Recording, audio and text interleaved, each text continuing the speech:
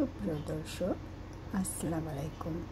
আজ আমি গরু মাংস রান্না করে দেখাচ্ছি অন্য উপায়ে। আমরা অনেকে অনেক সময় স্বল্পতার জন্য খুব তাড়াহুড়ো করে গরু মাংস রান্না করতে হয়। তাই আমি আগে থেকে খুব ভালো করে ধুয়ে কেটে মশলা মেখে রেখেছিলাম। তারপর পেঁয়াজ ভেজে আদা রসুন কষিয়ে ওভাবে রান্না করেছি। সময়ও বেঁচেছে এবং খাবারের আগে থেকে মশলা মেখে রাখা খাবারের স্বাদও অনেক গুণ বৃদ্ধি পেয়েছে। গরু মাংসের জন্য একটা পাত্র দিয়ে দিয়েছি তেল আর আস্ত কিছু গরম মশলা। আমার গরম মশলাটা বেজে আসছে, এখন দিয়ে দেবো পেঁয়াজ কুচি। এই পেঁয়াজটাকে খুব ভালো করে ভেজে নিচ্ছি। কিছুটা লবণ মাংস মেখে সময় দিয়েছিলাম, আর এখন বাকি কিছুটা অ্যাড করছি। এখন অ্যাড করছি আদার পেস্ট, রসুনের পেস্ট, কিছুটা আদা রসুন পেস্ট অ্যাড করলাম। হচ্ছে শর্টকাট দেখার প্রসেস। সব মশলা মেখে রেখে দিয়েছিলাম। মশলা দেওয়ার কোনো সময় এখানে অপচয় হচ্ছে না। পেঁয়াজ আদা রসুন কষে আসলে মাংসগুলো অ্যাড করব।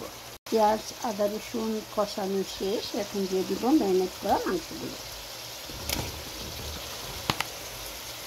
মাংসগুলো এখন খুব ভালো করে কষিয়ে নেব। এখন মাংসটাকে খুব ভালো করে কষিয়ে নিচ্ছি। এখন ডেকে দিচ্ছি, ফিরে আসছি কিছুক্ষণ পর।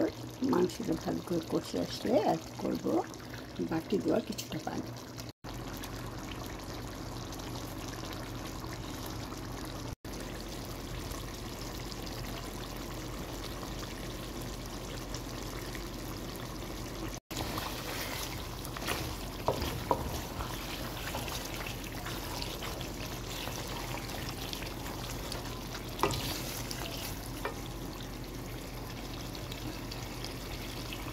মাংস কষে আসছে, এখন অ্যাড করবো গরম পানি।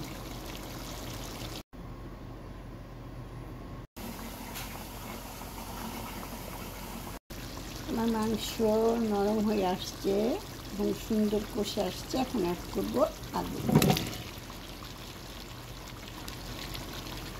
আলু। মাংস কষে আসলে অ্যাড করবো গরম পানি।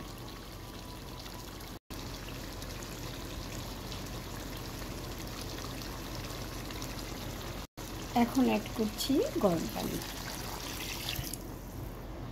গরম পানি দিয়ে দিয়েছি, এখন ঢেকে রান্না করবো। ফিরে আসবো কিছুক্ষণ পর।